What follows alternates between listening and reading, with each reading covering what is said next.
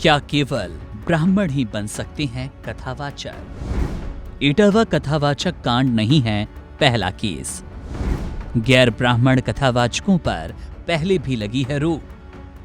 हम तो इतना होपलेस हो गए कि हमें मरने के अलावा कुछ भी दिखाई नहीं दिया। शूद्र हो, कथा नहीं, मुजरा करो। कथा करनी है तो ब्राह्मण युवकों से शादी कर लो। गैर ब्राह्मण कथावाचकों को इन शब्दवाणों से गुजरना पड़ा है। यूपी के इटावा के यादव कथावाचकों मुकुटमणि यादव और उनके सहायक संत सिंह यादव के साथ जो कुछ हुआ, ऐसा नहीं है कि इटावा में ही इस तरह का पहला मामला आया हो। इटावा के यादव कथावाचकों ने जो कुछ सहा वो शर्मनाक तो है ही, लेकिन ब्राह्मणवाद की आग में जलते कुछ लोग महिला कथावाचकों को भी झोंकने से बाज नहीं आए। वर्तमान से थोड़ा पीछे चलें तो 2022 में एक महिला कथावाचक को ऐसे शब्द कहे गए जो सुनने में ही शर्मनाक है। चलिए जानते हैं किस गैर ब्राह्मण कथावाचक को क्या क्या अपशब्द कहे गए। कथावाचक यामिनी साहू। शूद्र हो, कथा नहीं, मुजरा करो।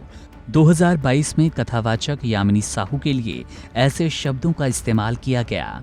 छत्तीसगढ़ के महासमुंद में रहने वाली यामिनी साहू 2012 से कथावाचन कर रही हैं, लेकिन 2022 में उनको अचानक से ही फोन पर धमकियां मिलने लगी। उस वक्त कथावाचक यामिनी साहू ने पुलिस में शिकायत दर्ज की।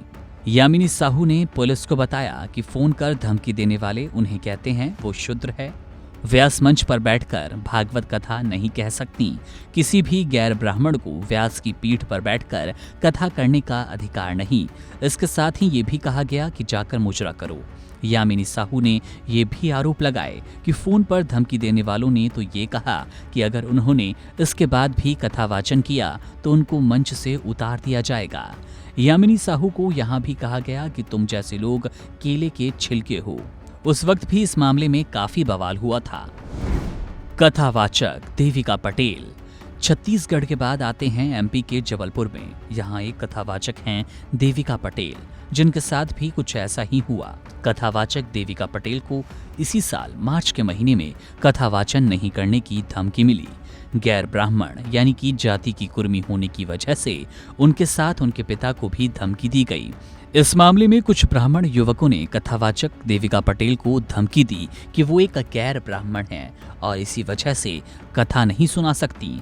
2025 के मार्च के महीने में देविका पटेल रायपुरा में कथावाचन के लिए पहुंची।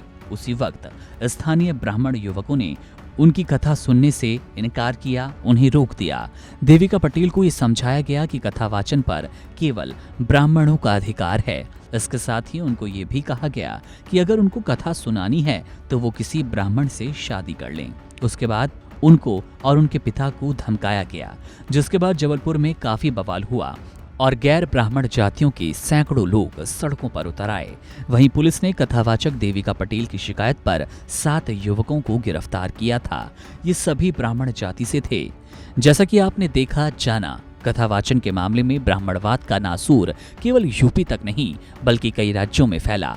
यूपी के यादव कथावाचक, छत्तीसगढ़ की यामिनी साहू और एमपी की देविका पटेल के ये मामले समाज में ये भ्रांति नहीं फैला रहे कि कथावाचक केवल ब्राह्मण होते हैं। क्या किसी भी शास्त्रों और वेदों में ऐसा लिखा है? क्या ये ब्राह्मण समाज की तानाशाही नहीं? आप जनता है, इस वीडियो को देखने वाले हर जाति धर्म के लोग जरूर होंगे। ऐसे में आप सभी अपने हिसाब से, अपने विवेक से इस मुद्दे पर अपनी राय कमेंट सेक्शन में जरूर दें। Subscribe to One India and never miss an update. Download the One India app now.